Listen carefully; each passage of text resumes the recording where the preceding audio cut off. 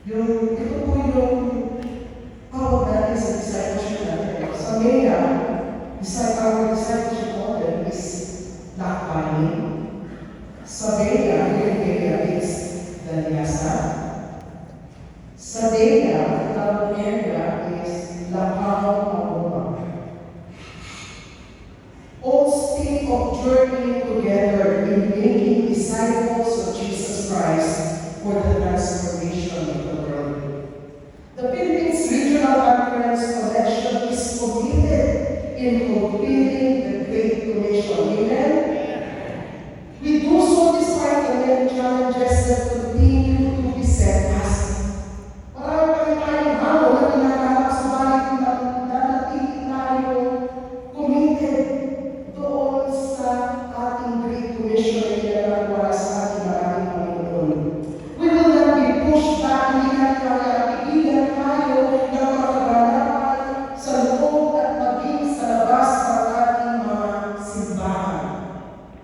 Bagamat sa ating po paglalabay, wala tayo sa panahon ng paghihina, kapaguran ng pag-aalinganan, nagpapatuloy na rin tayo. Ito, sabi ka naman kaya, patuloy na tayo.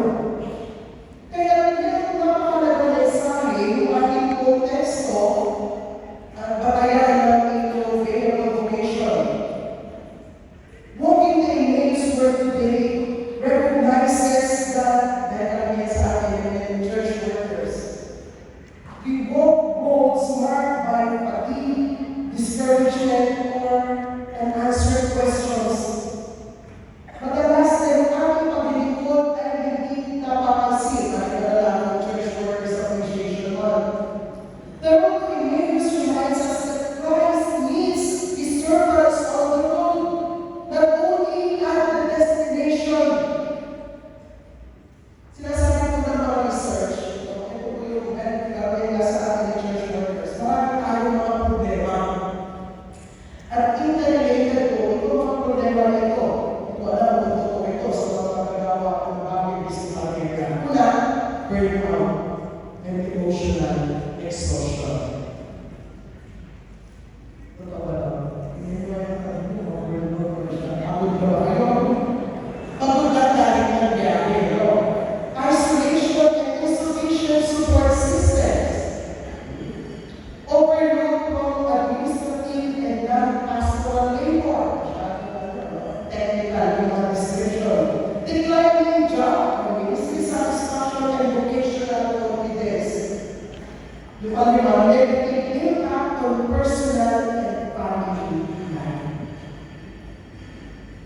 Aminin natin mga kapatid, hindi natin makakita ito. Hindi po ba? Pagkapat parang nararamdaman natin yung mga kapaguran, yung mga pagtatago, pag-aalinganan, pero hindi natin sinasabi na ganito yung ating problema. Subalit, nanunusok sa atin yung ating teksto, "Where Christ walks with us in our struggles." Kagaya ng mga alagad, they are moving away from Jerusalem on the road to Emmaus. Sila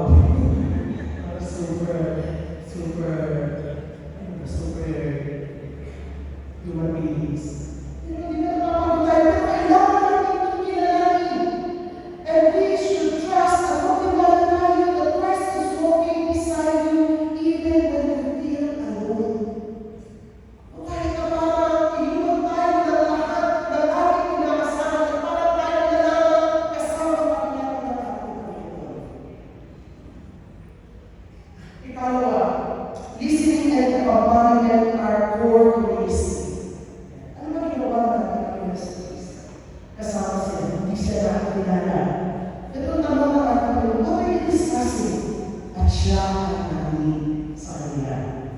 He allows the disciples to express grief, confusion, and loss of hope. They're disappointed. And before preaching, Christ offers their story. Dito ko'y pinapakita na napakahalaga ng pakikinig. Amen? Kaya ano makadalas tayo pakikinig sa mga kwento ng ating mga niyero. Nagkawa natin magkagawa. Meron po talagang kahit pinakalagang ano yung mga nararanasan nila. Pero madalas na makakatayo ko napakahalaga ng ministry of listening and accompanying at sasamahan sila. And these are for our ministry. Jesus allows the disciples to express what they feel. Kaya yung pakikinig ay isang banal na gawain. It is an act of love and pastoral care. Presence of the ministers for deeply than quick answers.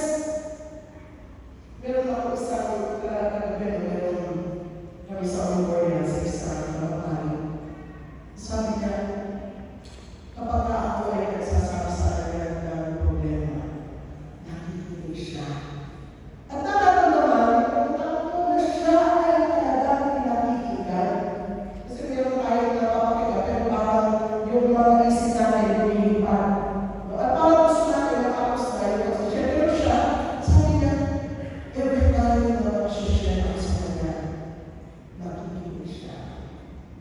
At dapat talaga yung safe space where he can share what he feels without judgment, without condemnation.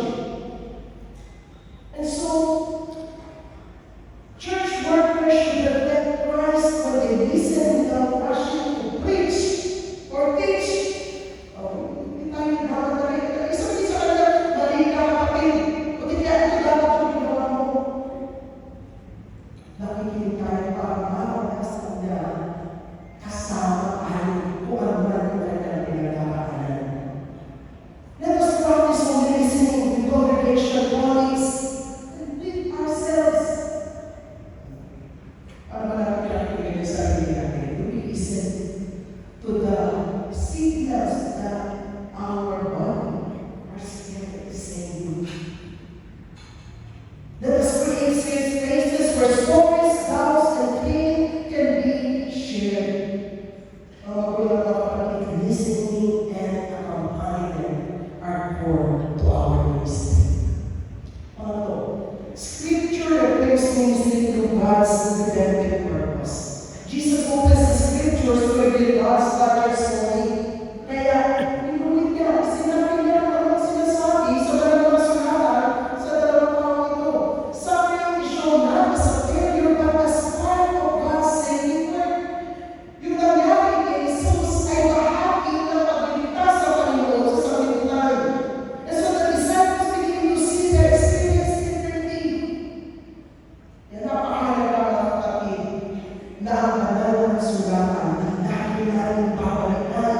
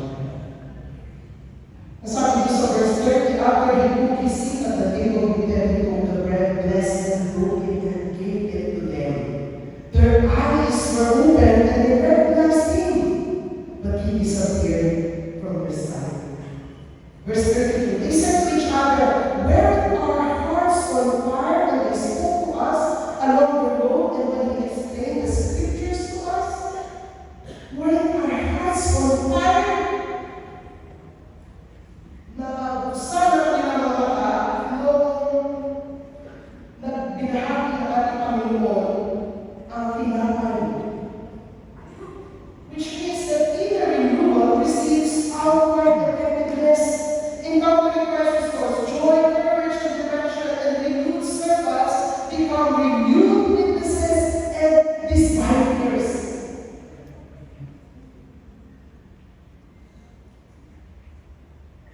Ikwento po si Bishop John Hopkins kung siya ay nangungguna sa Connection Table. May panahon po na tumama sila sa Senator ng State of Minnesota. Si Senator John Martin, siya po ay anak ni Dr. Martin Martin, a religious scholar and pastor. So napakilala sila. We are the bishops of the United Methodist Church. Tapos sasagot daw ito, Senator Martin, I know who you are. You're Methodists. You're the people with one heart. You're Methodists. You're the people with one heart. So,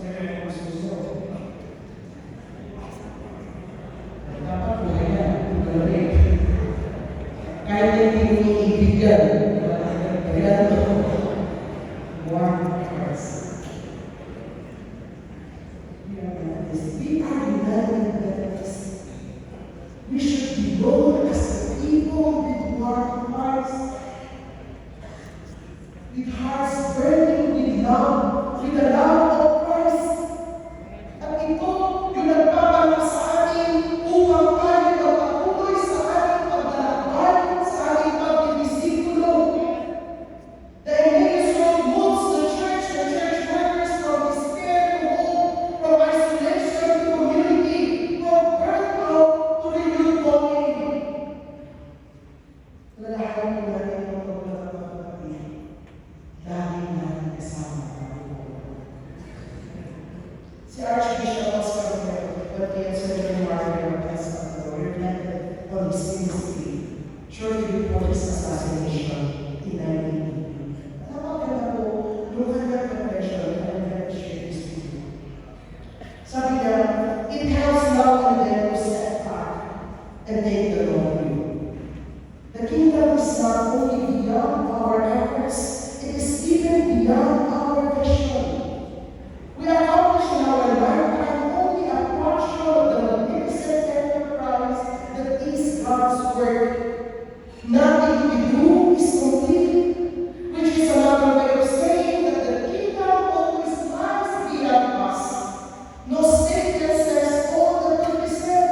No prayer fully expresses our faith. No confession brings perfection. No pastoral visits brings wholeness. No program accomplishes the church's mission. No set goals and objectives includes everything.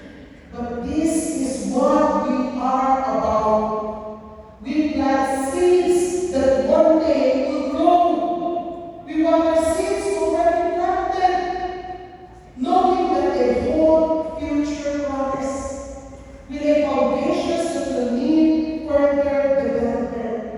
We provide leads that produces effects beyond our capabilities. We cannot do everything. Ito po ba dyan? Paano tinatry natin gawin lahat? May mga gusto ko na kaya namin talaga kaya gawin lahat. And there is a sense of liberation in realizing that this enables us to do something and do it very well. Kung ano kaya namin gawin, let us do it well. It may be incomplete, but it is the beginning. A step along the way. Tuloy ko pa rin naglalakbay. An opportunity for God's grace to enter and do the rest. Ito ang maganda. Whatever we are doing, it is an opportunity for God's grace to enter and do whatever we can do. We may never see the end results, difference between the master builder and the worker. We are workers, not master builder. We are ministers and servants, not the Messiah. Hindi po kayo tagapagligtas. Hindi kayo officials, hindi tayo officials. But we are all prophets of a future that is not our. Dear Church of God and the workers, no matter what, let us continue with the lesson.